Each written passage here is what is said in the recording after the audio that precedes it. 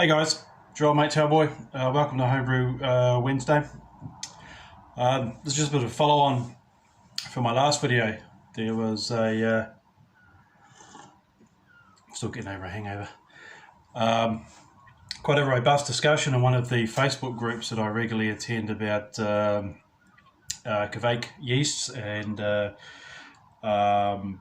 what is the difference between a traditional lager and what we call a pseudo lager, or a lager-like style beer. I thought I'd just run through. I've done quite a bit of research on it. I haven't done a lot of lagers, and as I said before in my last video, I've never used Kveik yeast, but I have done a little bit of background research on it. Essentially, the word lager, it's a German word that when translated, it roughly means storeroom or warehouse. So it's got connotations there. But what exactly is a lager, and what is the process of lagering? Well, I'm glad you asked. A lager in the commercial sense of the word is a name given to a beer that's been fermented at very low temperatures inside a brewery before it's been shipped to various stores or outlets or what have you. That's the basis definition of what a lager is commercially. Another characteristic of lagers is that they are bottom fermenting. I believe the name for the yeast is Saccharomyces pastorius, which is a lager yeast. But there are exceptions to this rule, because you have beers such as Kolsch's and alt beers, and I believe it's a cream ale, steam beers, those sort of beers that will ferment under warmer conditions, warmer fermenting conditions. So there's always an exception to the rule there. So it was only until the mid-1800s that lager beer was a generic term for any bottom fermented cool conditioned beer of moderate strength. So it's a relatively new thing, a lager beer. However, in Germany today, the phrase is mostly used to refer to popular lager beer varieties such as, I think it's a Helles, which is a pale beer, Dunkel, which is a darker beer. So basically they're all referred to, they come under the lager umbrella. The most popular commercial lager would be a Pilsner. Pilsners are widely distributed as Carlsberg, all that sort of European lager, that sort of ilk. They all commercially come under the name of a Pilsner, as well as your darker, your Dunkels, your darker Dunkels, your Bocks, your Barsens, your Schwarz beers. They're referred to as your Dunkel lagers. So when is a lager not a lager? When is a door not a door? When is a jar? As I alluded to before, you've heard of the expression pseudo lager, lager-like beer. I think a hybrid lager is another word for it, I think. So this, as I say, this description refers to beers such as Kolsch's, alt beers, cream ales, and steam beers. So they ferment the lager range. They require a lagering stage, which is, they're held in the low I think it's below 10 degrees Celsius, might even be lower, where they can clean up and they can clarify the beer. This takes about 2 to 4 weeks. The banging you can hear above me is a 7-year-old and a 2-year-old. I don't know what the hell they're doing, fighting over a game or something.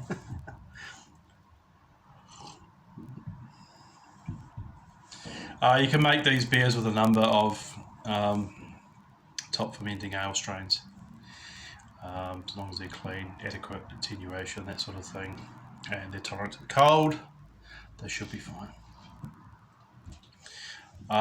Typical Kolsch strain is, I believe it's a German ale, a yeast called a Pac-Man or Pac-Ma or something I've never heard of, and a Chico strain are within these guidelines. They all offer the beer very clean lager-like sort of profile, so without any of the traditional procedures that you associate with brewing a lager. Pseudo lagers are nothing new. It wasn't uncommon for people to use the Californian steam lager yeast strain WI2112, which produces a lager-like finish. The first real serious attempts to produce a pseudo lager was the introduction of cream ales, as I said before. Due to their neutral profile that are closely compared to light American lagers, your Budweisers, Coors, that sort of thing, heavy and adjuncts, and very clean, low flavour profile. So along comes Kvake yeast, introduced in America, and I think 2014, 15, I think it was, might have been a bit earlier than that. It really was a bit of a game changer. Number one, there was no need for even fermenting temperatures. You could ferment it, I think some go as high as 36, the high 30s. Some are at, I think 30, 35, 36 degrees Celsius. They'll still, I've even heard as high as 40, that they'll still happily ferment away and just leave a nice flavour profile, very clean. Yeah. And again, a quick turnaround, 6 or 7 days, and you can go from grain to glass, which is a real turn on. It's also the ease that Kvake can be harvested. Makes things a lot easier. They're a low flocculating yeast. You know, a lot of professional brewers suggest to underpitch Kvake yeast to give it a little bit of stress, to produce some lovely off flavours, or esters I should say. You know, you don't have to pitch as much. The pitch rate's a lot smaller with Kvakes. On the other hand, because it's such a workhorse and it's used to farmhouse ale conditions, with your low gravity beers, you really need to be careful because it will stall or it will go dormant.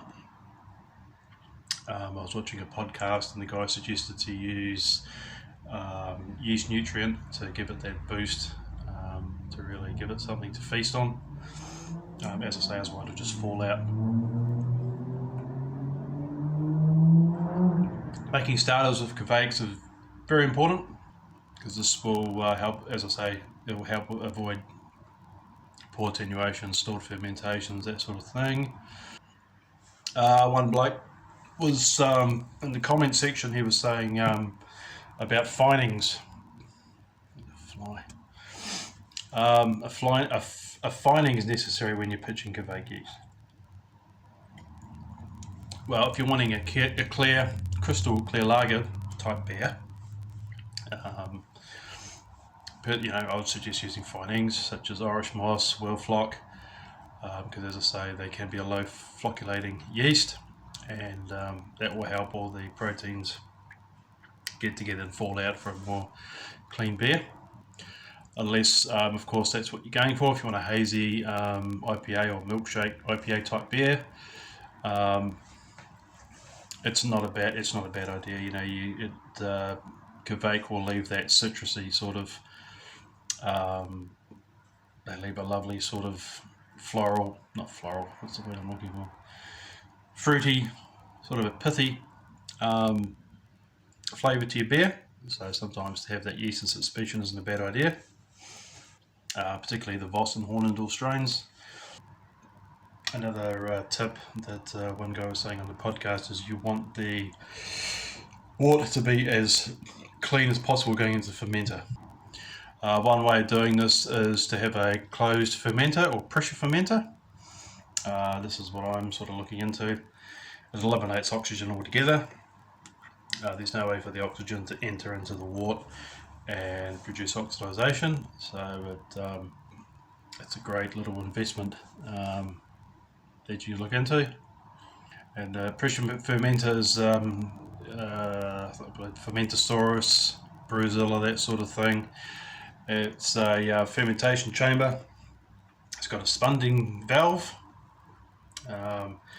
and it will, normally you have your fermenter, you have your airlock. Your beer will produce CO2 and go through the airlock, not letting the air in. This way it's closed, so you've got CO2 sitting on your beer, and it will stay there and eventually reabsorb back into your beer. So you've actually got carbonated wort coming out, so you're actually bypassing a step. So it just, yeah, it's a great way of eliminating the oxidation problem. And it will also remove unwanted esters for a more all-round clearer beer. And this in tandem with pressurized or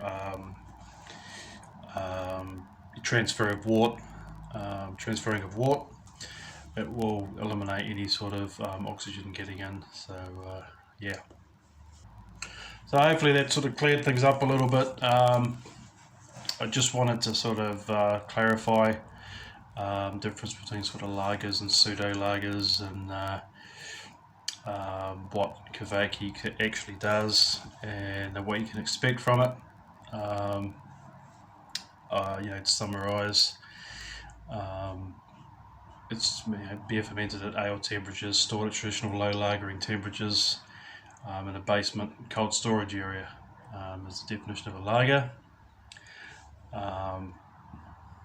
And your bottom fermenting yeast, as I was alluding to before. So yeah, that's just wanted to sort of touch base with that. I'm looking at hopefully doing I wanted to do another Sierra Nevada Pale Ale. We've got a week off from work. I'm looking after the kids, so maybe able to fit that in. We'll see how we go. I've got some reclaimed USO5 that I can use. Possibly, or maybe I'll have a look, maybe get some Kawaki on the job. Anyway, that's me. Thanks for watching, guys. Remember to like, comment and subscribe, watch all my other videos, and catch you on the next one. Cheers.